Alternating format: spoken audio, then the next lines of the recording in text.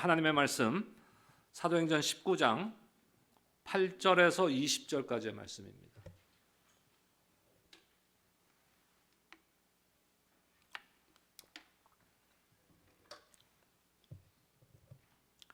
사도행전 19장 8절에서 20절까지의 말씀 저와 여러분들 한 절씩 교독하도록 하겠습니다. 바울이 회당에 들어가 석 달 동안 담대히 하나님 나라에 관하여 강론하며 권면하되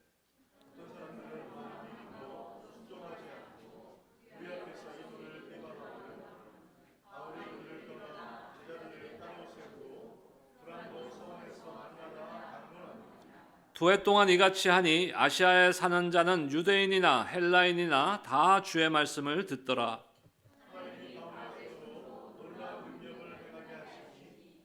심지어 사람들이 바울의 몸에서 손수건이나 앞치마를 가져다가 병든 사람에게 얹으면 그 병이 떠나고 그 악귀도 나가더라.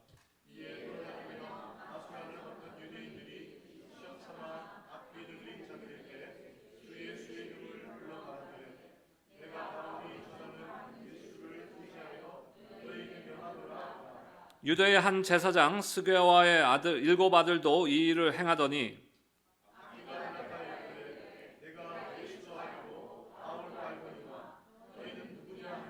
악귀 들린 사람이 그들에게 뛰어올라 눌러 이기니 그들이 상하여 벗은 몸으로 그 집에서 도망하는지라.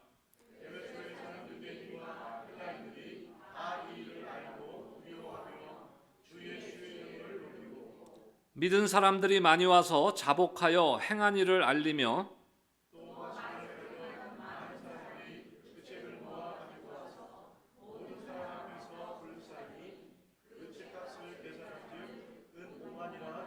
함께요. 이와 같이 주의 말씀이 힘이 있어 흥왕하여 세력을 얻으니라. 아멘. 지난주에도 제가 잠깐 서론에서 말씀드렸지만 우리의 신앙생활은 양면성이 있습니다. 양면성. 한쪽 면은 절대로 타협하거나 변할 수 없는 절대적 가치 기준이 있는 것이고, 다른 한쪽은 우리가 하나님의 뜻이라면은 우리의 뜻을 굽히고 우리가 변해야 된다는 그런 플렉서빌리티, 신앙의 유연성이 있어야 된다고 말씀드렸습니다. 그런데 세상은 절대적 가치 기준을 부정합니다. 특히 현대사회는 포스트 모더니즘이 팽배해서 우리가 지켜야 하는 절대적 복음 진리의 가치 기준을 인정하지 않습니다. 어제까지 우리가 성경 통독 사사기를 어제까지 했는데 오늘 룻기 했고요. 근데 사사기의 마지막 부분에 보면은 이런 구절이 나옵니다. 사사기 마지막 장의 마지막 절인데 21장 25절 말씀입니다. 우리 한 목소리로 한번 함께 읽겠습니다. 시작. 그때 이스라엘에 왕이 없으므로 사람이 각기 자기의 소견에 옳은 대로 행하였더라. 아멘. 이스라엘 민족에게 왕이 없어서, 그러니까 이스라엘 지금 백성들이 생각하는 왕, 다른 이방 민족들이 사람을 왕으로 세워서 자신들을 보호하고 통치하게 하는 그 왕은 이 시대 때 분명히 없었습니다. 하지만 이스라엘에게는 분명한 왕이 계셨어요. 그게 누굽니까? 만군의 왕이신 여호와 하나님이 계셨어요. 근데 그들은 그것을 생각하지 않고 자기 소견대로 옳은 대로 행했다라고 사사기의 성경은 기록하고 있습니다. 어쩌면 이것은 그 시대뿐만 아니라 지금 이 시대에도 동일한 상황인지도 모릅니다. 각자가 자기가 옳은 대로 생각하는 대로. 그러니까 포스트 모더니즘, 20세기 후반기서부터 지금 팽배되어 있는 포스트 모더니즘이 뭡니까? 절대적인 가치 기준이 없다는 것이에요. 절대적인 가치는 없다. 그래서 각자가 자기의 생각대로 가치를 두고 있는 것을 인정하고 함께 이뤄가는 것이다. 그럴듯하죠? 하지만 말씀드렸듯이 우리가 절대로 변할 수 없고 절대로 타협할 수 없는 우리 복음 진리, 하나님의 말씀, 이 가치 기준은요, 포스트 모더니즘으로 타협할 수 있는 부분이 아니라는 것입니다. 그런데 이 시대는 그것을 가지고 교회를 또 공격합니다. 그래서 교회 안에 지금 유니버설리즘이 팽배해져서 종교다원주의가 팽배해지다 보니까 나는 내 종교, 너는 네 종교, 서로 다른 종교 믿고 알아서들 뭐 구원을 받든지 말든지 이러한 지금 상황 속에 살아가고 있습니다. 하지만 중요한 것은요, 하나님의 복음 진리는 절대로 변하거나 타협될 수 없는 것임을 여러분들 믿으시기 바랍니다. 우리 신앙 가운데 이것이 무너지면 우리의 믿음은 아무것도 아닌 게 되어버리는 거예요. 여러분들이 평생을 신앙생활에 왔어도 우리의 그 복음 진리에 대한 그 절대적 가치 기준이 무너져 버리면은, 타협돼 버리면요, 이때까지 내가 신앙생활한 그 믿음은 nothing, 아무것도 아닌 거예요. 예수님의 가르침은요, 항상 동일합니다. 예수님께서 이 땅에서 공생애를 시작하면서 시작하신 그 사역이 뭡니까? 회개하라, 천국이 가까웠느니라. 여기서 천국이라고 말씀하시는 것은 하나님 나라입니다. 우리가 작년부터 사도행전의 말씀을 주일에 받으면서 주보에도 보면요, continuing what Jesus started, 예수님께서 시작한 사역을 이어가자. 오렌지 카운티 우리 교회는 이제 예수님께서 2000년 전에 시작하신 그 사역을 이어가는 교회가 되자 하는 것이에요. 그렇다면 예수님께서 시작하신 그 사역의 핵심적인 사역의 주제가 뭡니까? 바로 하나님 나라인 것이에요. 하나님 나라는 어떤 지역을 말하는 것이 아닙니다. 어떤 장소를 말하는 것이 아닙니다. 죽어서 가는 곳만 의미하는 것이 아닙니다. 하나님 나라는 하나님의 통치가 임하는 것을 의미하는 것이에요. 예수님을 따르던 제자들, 사도들, 특히 사도행전의 두 명의 핵심적인 인물이 누굽니까? 베드로와 바울이에요. 사도 베드로와 사도 바울은 그 예수님께서 시작하신 그 하나님 나라 천국에 대한 선포와 가르침의 사역을 이어갔습니다. 오늘 말씀도 보면은요, 사도 바울이 지금 에베소에서 유대회당에서 3개월 동안을 가르치는데 무엇을 가르쳤다고 말씀하고 있습니까? 바로 하나님 나라를 가르쳤다는 거예요. 하나님 나라는 어떤 장소를 의미하는 것이 아니라고 말씀드렸습니다. 예수 그리스도의 통치가 있는 삶. 여러분, 내가 죽어서 천국 갑니다. 저와 여러분들은 죽어서 천국 갑니다. 여러분을 믿으십니까? 하지만 그 천국, 하나님의 나라는 이 땅에서 임해야 되는 것이에요. 여러분들의 삶 가운데 임해야 되는 것입니다. 우리 교회 가운데 임해야 되는 것입니다. 이 땅에 임해야 됩니다. 그건 뭡니까? 그리스도의 통치가 임해야 한다는 것이에요. 바울이 3달 동안 회당에서 하나님의 나라에 대하여 열심히 가르쳤지만 중요한 것은 듣는 사람들의 어떤 태도와 어떤 반응인가, 이것이 중요하지 않습니까? 저와 여러분들에게도 하나님의 말씀이 선포되어지고 하나님의 말씀이 들려지고 내가 읽고 큐티하고 할 때 그 하나님의 말씀을 내가 어떻게 받아들이냐가 중요한 것이. 다른 사람이 어떻게 받아들이냐, 다른 사람에게는 이 말씀이 어떻게 적용되느냐가 중요한 것이 아니라 나에게는 이 하나님의 말씀이 어떤 말씀으로 다가오고 나에게는 이 말씀이 어떤 은혜로 다가오고 나에게는 어떤 교훈으로 다가오고 있는가. 매일매일의 삶을 통해서 그 하나님의 말씀의 은혜를 경험하시기를 주의 이름으로 축복합니다. 근데 모든 사람들이 그렇게 반응하는 건 아니에요. 오늘 본문은 듣지 않는 사람들이 있었다는 거예요. 3개월 동안이나 바울이 열심히 하나님의 나라를 선포하고 가르쳤는데도 듣지 않는 사람들이 있었어요. 성경은 그들을 뭐라고 표현하고 있습니까? 마음이 굳었다, 이렇게 표현하고 있어요. 마음이 굳었다. 사도행전 19장 8절에서 9절 상반절까지 한번 보겠습니다. 바울이 회당에 들어가 3달 동안 담대히 하나님 나라에 관하여 강론하며 권면하되 어떤 사람들은 마음이 굳어 순종하지 않고, 아무리 하나님의 나라에 대한 선포와 가르침이 있어도 우리 자신이 하나님의 은혜 가운데 마음이 열리지 않으면요, 들리지가 않는 거예요. 듣지를 못하는 거예요. 들으려고도 하지 않습니다. 이들을 보세요. 믿으려고 하지 않을 뿐만 아니라 오히려 회중 앞에서 사도 바울을 비난하기까지 합니다. 비방합니다. 하나님의 말씀이 바르게 전파될 때, 바르게 선포되려고 할 때, 말씀에 흥황되는 역사가 일어나려고 할 때 반드시 그것에 대항하는 세력들이 있습니다. 반대하는 방해가 있습니다. 사탄의 계략이 있습니다. 그렇기 때문에 여러분들이 꼭 잊지 말고 기도해야 되는 것이 있는 것이에요. 오렌지카운 우리 교회 강단을 주님께서 지켜주시옵소서. 하나님의 말씀 그대로 선포되어서 말씀이 선포될 때 온 성도들이 마음이 열리고 영적인 눈이 열려서 삶이 회복되고 치유되는 역사가 일어나게 하여 주시옵소서. 하나님의 말씀이 우리의 통치가 되어서 하나님 나라가 우리 가운데 임하게 하여 주시옵소서. 말씀 전하는 목사님을 위해서 여러분들 기도해 주시기 바랍니다. 저 개인을 위해서 기도하라는 게 아니에요. 여러분 스스로를 위해서 기도하는 것이에요. 강단의 권위가 회복돼야 됩니다, 여러분. 강단에서 선포되어지는 하나님의 말씀은 바로 하나님 나라의 선포가 돼야 되는 것이에요. 그것을 위해서 기도하셔야 됩니다.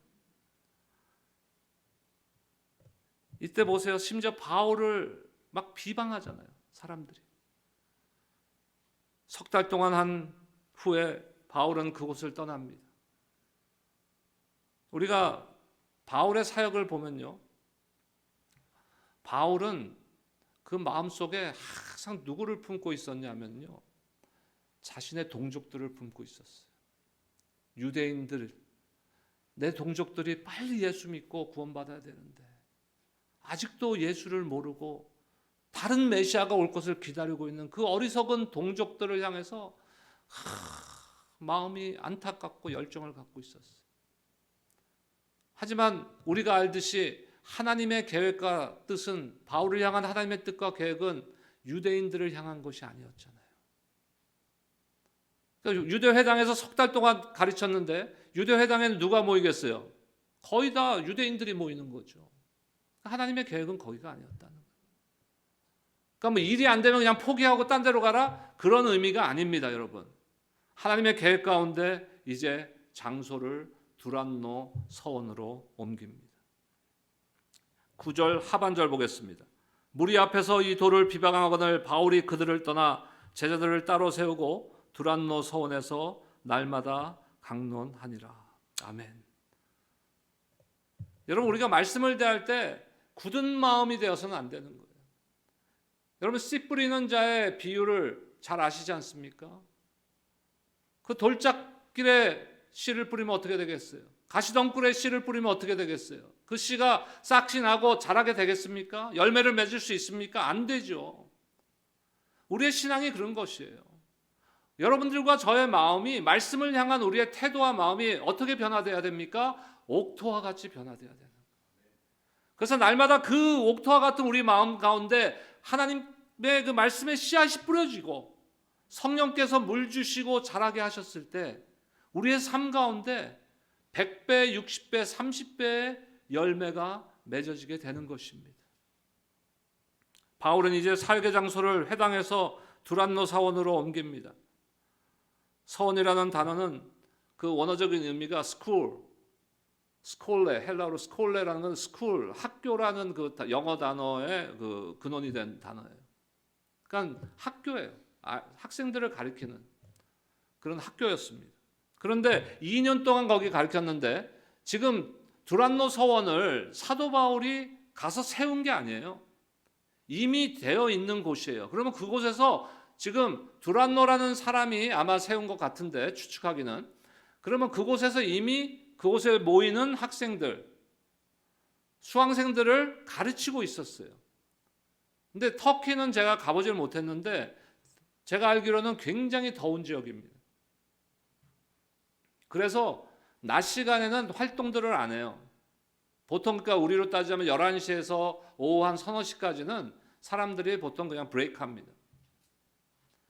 그러니까 그 학교에서 지금 학생들을 가르치는 것도 그 시간에는 아마 학생들이 모이지 않았을 것이에요. 그러면은 지금 사도 바울이 두란노선을 빌려서 지금 그 말씀을 하나님 나라를 선포하고 가르치는데 좋은 시간에 가르칠 수 있었겠어요? 우리 너무나도 잘 알지 않습니까? 그거? 우리도 퍼슬러티를 미국 교회랑 쉐어링하는 입장에서 뭐 그래도 우리는 11시 예배 드리잖아요. 11시 오전 예배 드리는. 근데 뭐 주일날은 이분들이 오늘 오후에는 뭐 행사가 여기 있습니다만은 어제도 행사가 있었어요. 그러면 또 치워주고 하고 뭐 불편함이 좀 있어요. 근데 지금 두란노선은 그 정도가 아니었던 거예요.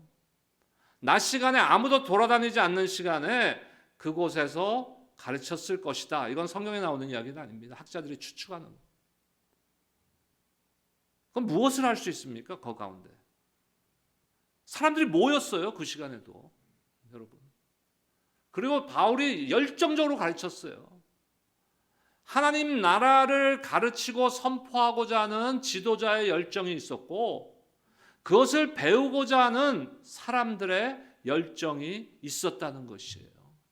저와 여러분들은 얼마나 편안하게 신앙생활을 합니까?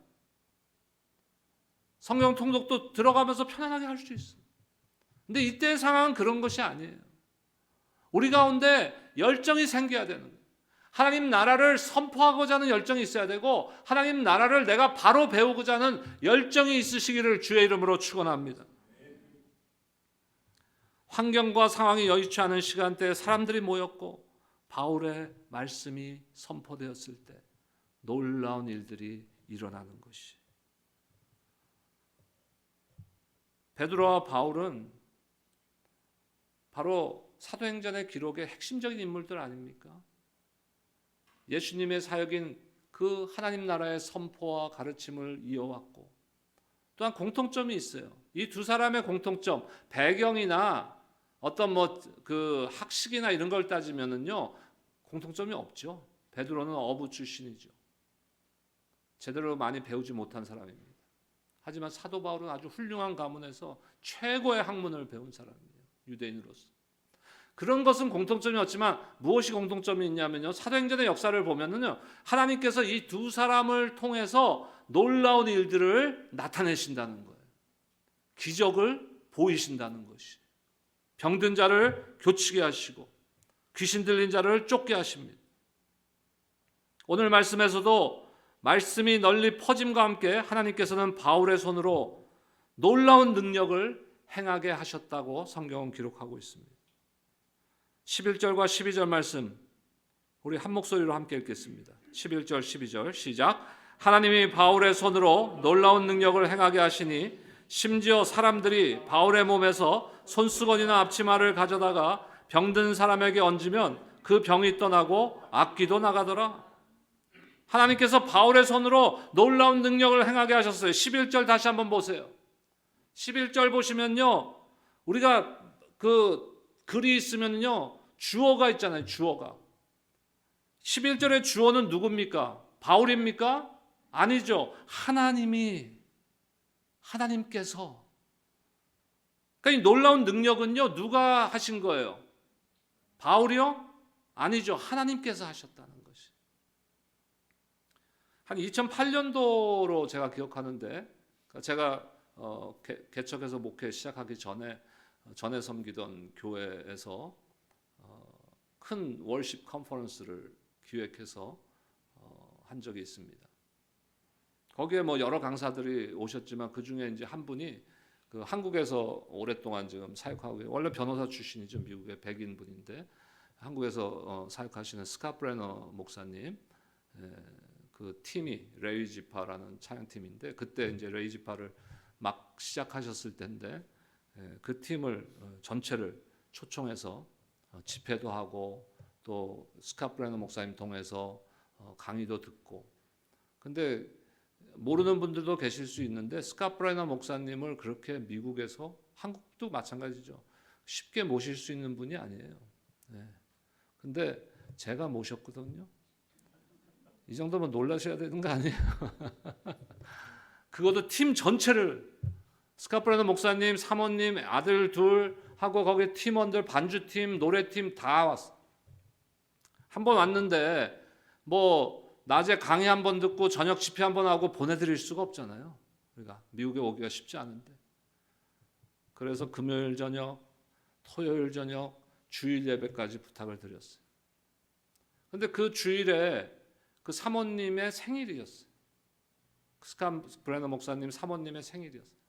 그래서 팀원들이 그 사모님한테 이제 물어본 거예요. 이제 그 행사도 그 주일로 마쳤고, 사모님 뭐 선물을 뭘 원하세요? 아니면 뭐 맛있는 거 뭐 사드릴까요? 뭐 이러니까 이 사모님이 이분들이 다 우리랑은 좀 다른 그 신앙적 배경을 갖고 있는 분들이에요. 그러니까 비냐드 출신이란 말이에요. 그러니까는 약간 은사 중심의 이런 분들이에요. 그 사모님이 나 선물은 필요 없고 오늘 마침 내가 좋아하는 목사님이 롱비치 컨벤션 센터에서 집회를 하시는데 우리 모두가 다 거기 가는 걸로 선물을 대신합시다. 근데 이분들 한국에서 왔잖아요. 다녀오세요 할 수가 없는 거예요. 저는 일주일 동안 그거 컨퍼런스하고 집회한 지금 빨리 집에 가서 자고 싶은데 주일에 그분들을 모시고 이제 롱비치 컨벤션 센터를 갔습니다. 그 집회가 누가 하는 거냐면요, 베니 힌 목사님이란 분이에요. 베니 힌 목사님. 혹시 아시는 분들은 있을지 모르는데 요즘도 TV에 나오시는지 모르겠어요. 주로 하얀 양복을 입으시고, 어느 날 제가 흰 양복 입고 나오면 놀라지 마세요. 하얀 양복을 입으시고 수천 명, 수만 명이 그 중에 제일 앞줄에 한 10줄 정도는요 전부 저기 목발 짚고 휠체어 타고 이런 사람들이에요. 다 그 치유 사역하시는. 들어가는데 뭐 그 금속 탐지기까지 다 검사하고 그렇게 들어가더라고요. 이렇게 팔목에 뭐 끼고 이거 낀 사람들만 들어갈 수. 근데 들어갔는데 거의 뭐 제일 뒤에 앉았어요. 저희는 사람들이 너무 많아서. 찬양을 시작합니다. 유명한 단 모엔이 나와서 또 그 다른 사역자들이 나와서 찬양을 1시간 이상 합니다. 우리는 20분만 해도 왜 이렇게 길어? 찬양을 1시간 이상 합니다. 그래서 이제 끝났나 보다 그랬더니 성가대가 나옵니다. 성가대가 한 30분 정도 또 하나님께 영광을 올려드립니다. 그러고 나서 베니힘 목사님이 나와서 말씀을 전하는데 1시간을 넘게 전하시는 거예요. 그러고 나서 이제 찬양을 또 합니다. 이제 그때는 제가 극에 달했어요. 일주일 동안 거의 잠도 못 자고 몇 시간 못 자고 그래갖고 밖에 나가서 시큐리티 가드한테 야 여기 도대체 예배가 몇 시에 끝나냐. 자기도 잘 모르는데 보통 한 4시간 반 정도. 그래도 들어가야죠. 어떻게 들어갔어요. 환자들을 단으로 올려 부릅니다. 줄 서서 올라갑니다. 목발 짚고 휠체어 타고 올라갑니다.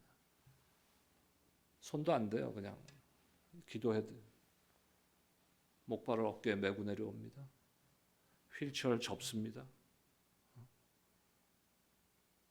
평소에 제가 TV로 가끔 그분을 보면서 무슨 생각을 했냐면 저거 쇼 아니야 저거 이런 생각을 했어요. 근데 그날은 좀 다른 생각이 드는 거예요. 그날따라 무슨 생각이냐면은 하나님께서 하시면은 할 수 있다.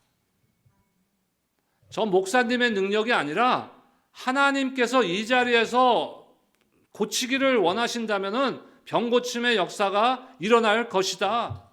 그 피곤한데 그 마음이 드는 거예요. 가짜냐 진짜냐 이런 마음이 아니라 그러면서 생각했습니다. 그렇다면 저와 여러분들이 드리는 이 주일 예배 가운데서도 하나님께서 원하신다면 하나님의 능력으로 우리를 회복시키시고 우리를 일으키시고 우리를 치유할 수 있는 분이 우리가 믿는 여호와 하나님이신 것입니다. 그런 마음을 주시는 거예요. 여러분 오늘 예배 가운데 말씀 듣는 가운데 여러분들의 문제가 해결되시기를 주의 이름으로 축복합니다. 여러분들의 그 질병과 모든 지금 삶의 상황들이 회복되고 치유되시기를 주의 이름으로 축복합니다. 이것은 사람의 능력이 아닙니다. 바울의 능력이 아니었어요. 오늘 말씀에서도 하나님 나라에 대한 말씀을 가르치는 중에 이런 이적과 기적의 역사가 일어났습니다. 그런데 많은 사람들은요, 무엇을 봅니까? 그 기적과 이적의 현상만 바라보는 거예요. 현상만 바라보는 거예요. 병이 고쳐졌구나. 이 현상만 바라보게 되는 거예요. 하지만 정작 중요한 것은 뭡니까? 그 기적과 치유의 현상이 아니라 그 기적과 이적의 능력이 어디서 오는가 하는 거예요. 어디서 오는가. 그 능력의 원천이 어딘가 하는 것이에요. 그것이 바로 하나님의 능력입니다. 그것은 바로 그리스도의 복음의 능력입니다. 그것이 바로 십자가의 능력입니다. 예수 그리스도의 이름이 능력의 근원임을 여러분들 믿으시기 바랍니다. 사도 바울이 예수 그리스도의 이름으로 귀신을 쫓았어요. 예수 그리스도의 이름으로 병자를 고쳤어요. 물론 사도 바울이 한 건 아니죠. 그러니 그 옆에서 보던 사람들이 있는 거예요. 에베소에 팽배해 있던 게 무엇이냐면요, 무속이에요. 무당들,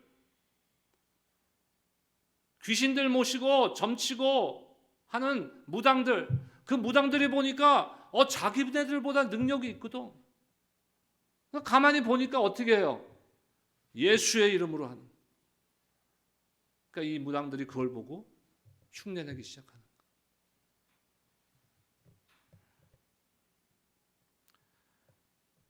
오늘 본문을 보면요, 그런 사람들이 나오는데, 그래서 예수의 이름으로 시험 삼아 악귀 들린 자들에게 명령해 봅니다. 예수의 이름으로 명하노니 귀신은 물러날지어다. 흉내내고 있는 거예요. 흉내내고. 13절에 보면요, 돌아다니며 마술하는 어떤 유대인들이라고 표현하고 있어요. 이들은요, 하나님께서 선택하신 이스라엘 민족에 소속되어 있는 사람들이었다는 것이. 오늘 성경의 번역은 마술한다고 써 있죠. 그게 우리가 보는 그는 보통 이제 추익해 갖고 이렇게 보여주는 그 마술이 아니에요. 샤머니즘, 무속, 무당들이라는 것이. 어찌 유대인들이, 어찌 이스라엘 백성이 무당이 될 수가 있습니까? 하나님을 믿는다고 하나님께서 선택한 선민이라고 하는 유대인들도 이 무당짓을 하고 있는 거예요. 내가 바울이 전파하는 예수를 의지하여 너희에게 명하노라 했는데, 우리 그저 이전에 개역 한글 번역을 보면요, 예수의 이름을 의지하여가 아니라 예수를 빙자하여 이렇게 번역되어 있어요. 그러니까 이용하는 거죠. 자기들의 돈벌이를 위해서. 여러분 무당집에 가보셨어요? 안 가보신 분들은 꼭 가보세요. 뭐 점보러 가라고, 뭐 부적사라고 가라고 말씀드리는 게 아니에요. 저는 많이 가봤어요. 그러면 보통 그냥 일반 점쟁이들 말고 그 신내림 받아서 그 무당들을 보면요, 뒤에 그 신들을 모시고 있어요. 그러니까 귀신들을 모셔요. 자기들이 모시는 귀신들. 자기들에게 점괘를 주고 힘을 주고 능력 주는 귀신들. 뭐 수십 명에서 수백 명 뒤에, 자기 뒤에 쫙 있습니다. 그 귀신들이. 근데 어느 무당집에 가면요, 그 귀신 중에 누가 있냐면요, 예수님이 있어요. 그러니까 이들이 보면 오늘 말씀에 나오는 사람들하고 똑같은 거예요. 이들이 볼 때 예수 그리스도는요, 우리를 구원하는 구세주고 하나님의 아들이고 하나님이신 것이 아니라 누구예요? 나에게 돈벌이를 해줄 수 있게, 좀 점괘를 좀 더 잘 볼 수 있게, 미래를 좀 더 내다볼 수 있게, 병든 자들을 병 고칠 수 있는 어떤 기술을 나에게 전달할 수 있는 그런 존재인 것이에요. 심지어는 제사장 스게아의 7 아들도 이런 짓을 했다가 망신을 당한다고 오늘 성경은 기록하고 있어요.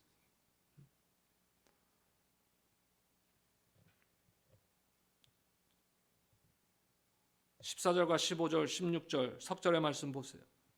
유대의 한 제사장 스게아의 아들 7 아들도 이 일을 행하더니 악귀가 대답하여 이르되 내가 예수도 알고 바울도 알거니와 너희는 누구냐 하며 악귀 들린 사람이 그들에게 뛰어올라 눌러 이기니 그들이 상하여 벗은 몸으로 그 집에서 도망하는지라. 귀신이 더 잘 알아보. 너희 누구야 도대체? 내가 예수도 알고 바울도 아는데 너희들 예수하고 상관없는 사람들인데 너희는 도대체 뭐 하는 거냐 지금?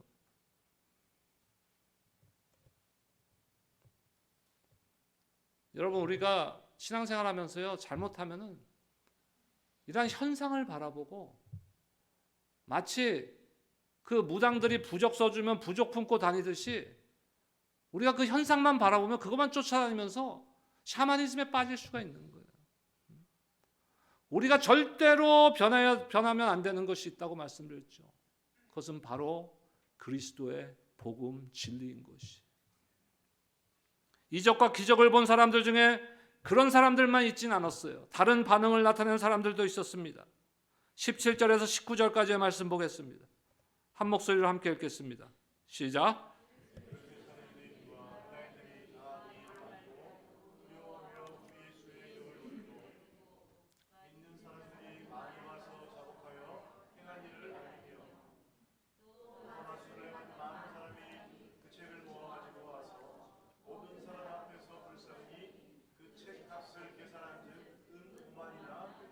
사도 바울이 2년 동안 두란노 성원에서 하나님 나라를 선포하고 가르쳤을 때 아마 예수를 믿고 하나님 나라를 이해하게 되고 믿음이 생긴 성도들일 수 있습니다.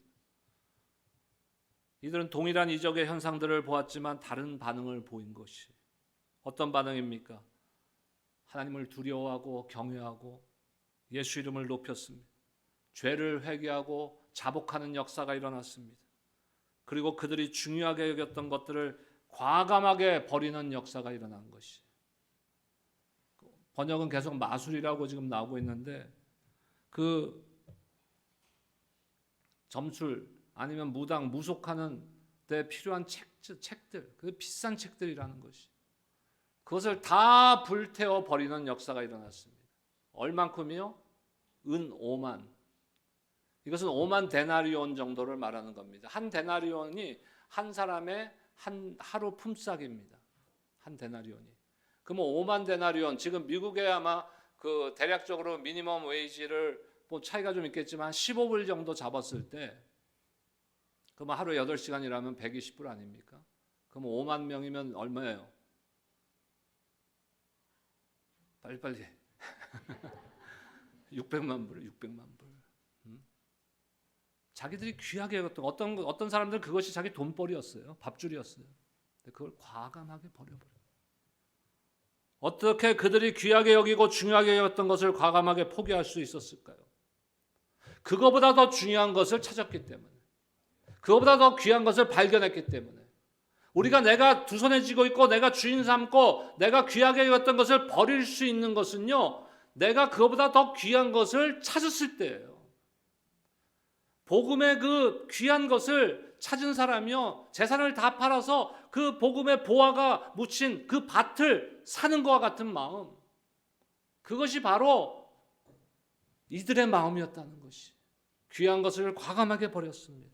사도 바울은 어떻습니까? 자신이 과거에 귀하게 여겼던 자신의 백그라운드, 자신의 모든 배경들, 이러한 것들을 지난 금요일날 빌립보서 말씀에서 선포하지 않습니까? 내가 배설물로 여기나니, 그 귀한 것들을 오늘 말씀에서도 그 비싼 600만 불어치를 배설물로 여길 수 있다는.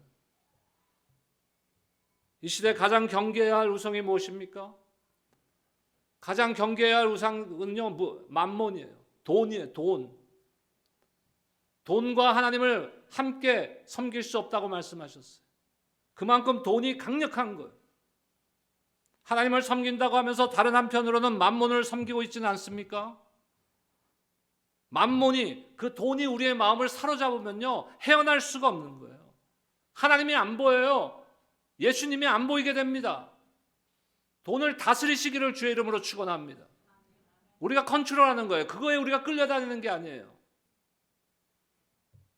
우리의 우상들을 다 태워버리고, 만몬 우상을 다 태워버리고, 우리가 복음으로 돌아가면, 그리스도의 복음으로 돌아가면, 십자가의 복음으로 돌아가기만 하면 하나님께서 우리에게 승리를 주십니다.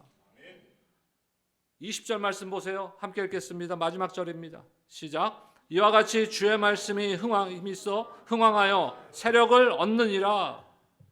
주의 말씀이 다른 것들, 우상들, 무속적인 문화를 압도한 거예요. 그래서 놀라운 개혁이 일어나는 것입니다. 우리의 삶의 개혁이 일어나야 돼요. 우리 신앙의 개혁이 일어나야 돼요. 그러기 위해서 우리의 생각이 바뀌어야 되고 우리의 마음의 레노베이션, 혁신이 일어나야 되는 거예요. 그리고 우리에게 가장 귀한 것이 무엇인가? 우리를 구원하시기 위해서, 우리에게 생명을 주시기 위해서 십자가에서 흘리신 그 그리스도의 보배로운 피보다 더 귀한 것이 있으면 나 갖다 줘 보세요. 저한테. 다 썩어질 것들이에요. 다 놔두고 가야 되는 거예요, 여러분. 저도 이제 60이 넘어가니까요, 생각을 정리하는 거예요. 아직 꿈꾸는 세대 아닙니다, 저는. 하지만 지금부터 정리하기 시작해요, 생각을. 뭐는 가져갈 수 있고 뭐는 가져갈 수 없고. 여러분 그렇게 정리하고 있습니까? 아무것도 가져갈 수 없는 거예요. 아무것도 가져갈 수 없어요. 가져갈 수 있는 것은 그리스도를 향한 그 복음의 믿음만 가져가면 되는 거예요. 하나님 나라 다른 가치 기준이 없어요. 복음 외에는 다른 것이 없습니다. 하지만 세상은 우리에게 계속 유혹합니다. 계속 내 귀에 대고 유혹합니다. 돈이 더 좋은 거야. 명예가 더 좋은 거야. 권력이 더 좋은 거야. 적당히 타협하면서 신앙생활해도 돼. 여러분 이런 유혹에서 이길 힘이 무엇이라고요? 우리에게 주셨어요. 십자가를 통한 그리스도의 복음입니다. 여러분 이번 한 주간도 많은 유혹이 우리의 삶 가운데 있을 수 있어요. 우리를 잡아뜨리려고, 내 믿음을 흔들려고. 그때 무엇을 가지고 싸우시겠습니까? 바로 그리스도의 복음으로, 이미 승리하신 십자가의 복음으로 승리하는 삶이 되시기를 주의 이름으로 축원합니다. 기도하겠습니다. 하나님 감사합니다. 사도 바울의 에베소의 사역을 돌아보면서 우리의 신앙을 다시 한번 재점검합니다. 하나님, 아직도 내가 두 손에 쥐고 있는 것들이 있다면 이 시간 말씀과 성령의 강권하심을 통하여서 내려놓게 하시고 오직 하나님만을 섬기며 주님만을 따르는 성도들 중에 성도가 될 수 있도록 우리를 축복하여 주시옵소서. 세상이 우리를 아무리 유혹해도 흔들리지 않는 믿음을 허락하셔서 참 가장 귀한 것, 절대로 변질할 수 없는 것, 절대로 포기할 수 없는 그 복음만을 붙들고 승리하는 오렌지 카운티 우리 교회 모든 성도들이 될 수 있도록 축복하여 주시옵소서. 감사하며 예수 그리스도의 이름으로 기도드립니다. 아멘.